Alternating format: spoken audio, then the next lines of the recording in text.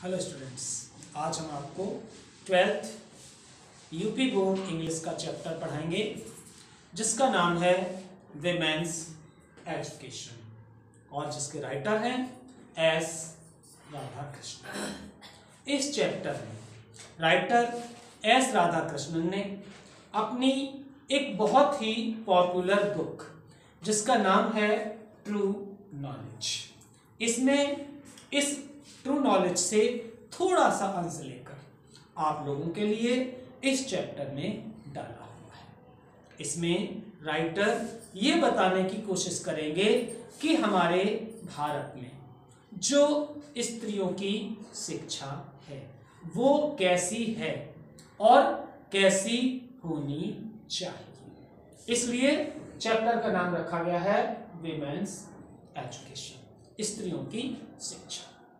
इसमें राधाकृष्णन जी ने मुख्य रूप से जो हमारे देश की स्त्रियां हैं जिन पर प्राचीन समय में शिक्षा ग्रहण करने के लिए पाबंदियां लगी हुई थी, यानी कि प्राचीन समय में भारत की स्त्रियों को शिक्षा ग्रहण करने का अधिकार नहीं था और इसी कारण से भारत की स्त्रियां कुछ कामों में अपनी भागीदारी या हिस्सेदारी नहीं दे पाती थी। जैसे प्राचीन समय में भारत में स्त्रियों को मंदिरों में प्रवेश नहीं करने दिया जाता था, उन्हें गायत्री मंत्र नहीं पढ़ने दिया जाता था और उन्हें घर की चार दीवारी के अंदर बंद रहना पड़ता था। उन्हें घर से बाहर भी नहीं निकलने दिया जाता था। घर के किसी भी काम में उनसे कोई भी राय नहीं ली जाती थी। लेकिन जैसे जैसे हमारे देश में समाज सुधारकों का उदय हुआ, उनमें से एक थे एस राधाकृष्णन, जिन्होंने इस चैप्टर को लिखा है। इसी तरीके से विवेकानंद जी, राजा राम मोहन राय, इन सभी ने मिलकर भारत में स्त्रियों की दशा को सुधारने के लिए बहुत अधिक काम किया। अब राधाकृष्णन जी ने ये क्यों कहा कि स्त्रियों की शिक्षा बहुत जरूरी है। स्टूडेंट्स, आप लोगों ने अक्सर सुना होगा पढ़ी लिखी लड़की रोशनी घर की। अगर किसी परिवार का एक लड़का गलत रास्ते पे चला जाता है तो केवल वही पीढ़ी बर्बाद होती है, लेकिन अगर किसी परिवार की एक लड़की गलत रास्ते पे चली जाती है तो कई पीढ़ियों की बदनामी होती है, कई परिवारों की बदनामी होती है। इसलिए राधाकृष्णन जी चाहते थे कि भारत में स्त्रियों को शिक्षा दी जाए और शिक्षा भी कैसी हो, केवल किताबी ज्ञान वाली शिक्षा ना हो, बल्कि ट्रू नॉलेज हो, सही ज्ञान हो, जिसको पढ़कर वो स्त्रियां अपना विकास कर सकें, घर के कामों में उनकी भागीदारी हो, घर में जो भी काम हो उनमें उन स्त्रियों की राय ली जाए, उनसे भी सलाह मशवरा किया जाए। इसलिए राजा राममोहन राय और एस राधाकृष्णन जी ये चाहते थे कि स्त्रियों को शिक्षा दी जाए। इसलिए स्टूडेंट्स, आपने देखा होगा जितने भी स्कूल्स ज़्यादातर जो रूरल एरियाज में होते हैं, गांव में होते हैं, उन स्कूलों के नाम किसी ना किसी लेडीज के नाम पर रखे जाते हैं। पता है क्यों? क्योंकि जो स्कूल किसी स्त्री को, किसी लड़की को शिक्षा देने की जिम्मेदारी निभाता है, सरकार की तरफ से उसे सारी सहूलियतें, सारी सुविधाएं दी जाती हैं।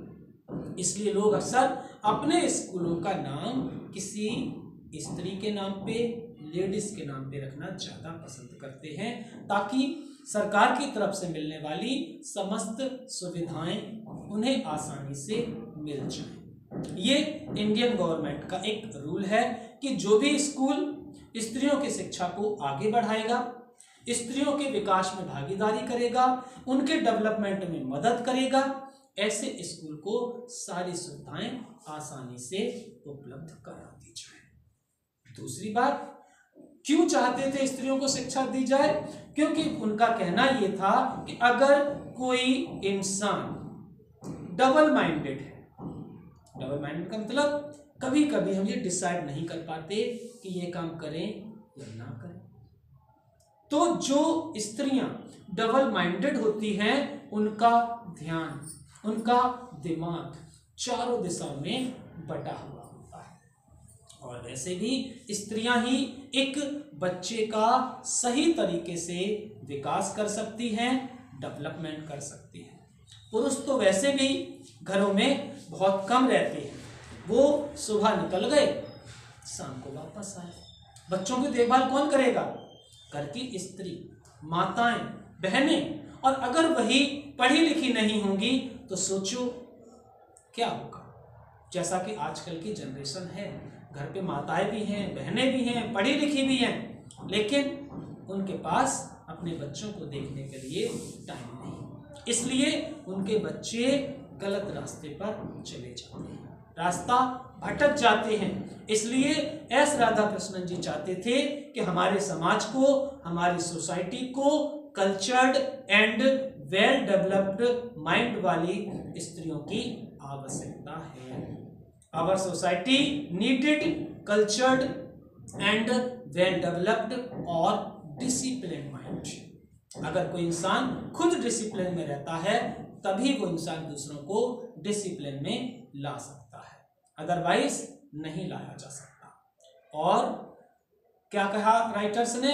उन्होंने कहा अगर किसी स्त्री का माइंड डिसिप्लिन और वेल कल्चर्ड नहीं होगा, कैसे डिसाइड करेगी कि घर में क्या होना चाहिए और क्या नहीं होना चाहिए?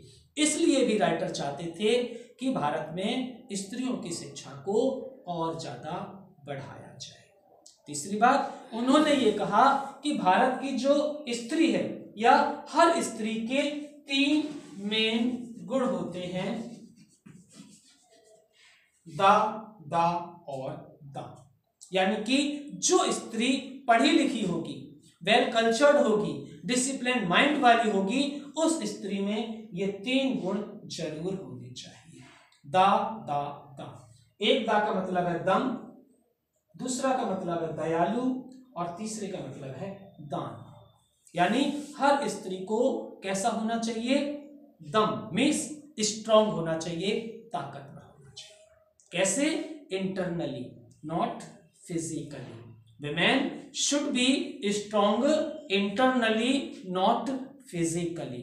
अगर कोई स्त्री इंटरनली स्ट्रांग है और उसके घर में कोई परेशानी आती है, मुसीबत आती है, तो वो स्त्री पूरी हिम्मत से, पूरे साहस से उस परेशानी का सामना करती है, घबराती नहीं है। इसलिए स्त्री कैसी होनी चाहिए? पहला दा दम, स्त्री के अंदर दम होनी चाहिए, वो मजबूत होनी चाहिए। दूसरा दा का मतलब है दयालु, यानी स्त्री को दयालु भी होना चाहिए और यह स्त्री का स्वाभाविक लक्षण होता है। स्त्री पुरुष की अपेक्षा कुछ ज्यादा ही दयालु होती है। तो अगर घर की स्त्री दयालु होगी तो घर का माहौल, नेचर, एटमॉस्फेयर सब कुछ अच्छा होगा।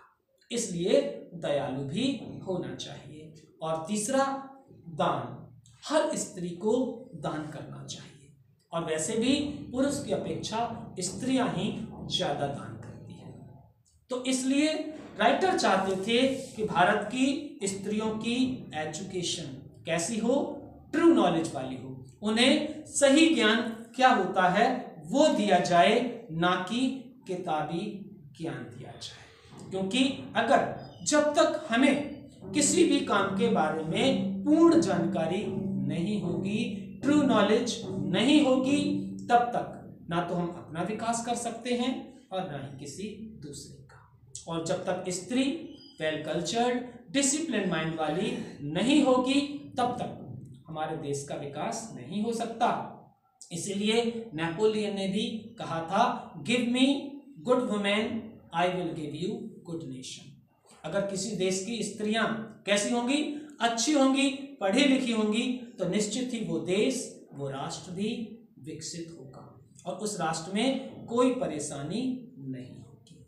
इसलिए राइटर एस राधाकृष्णन ये चाहते थे कि हमारे देश की स्त्रियां पढ़ी लिखी हों, वेल कल्चर्ड हों, डिसिप्लिन माइंड हो, ताकि समाज के विकास में उनका भी योगदान हो सके। That's all.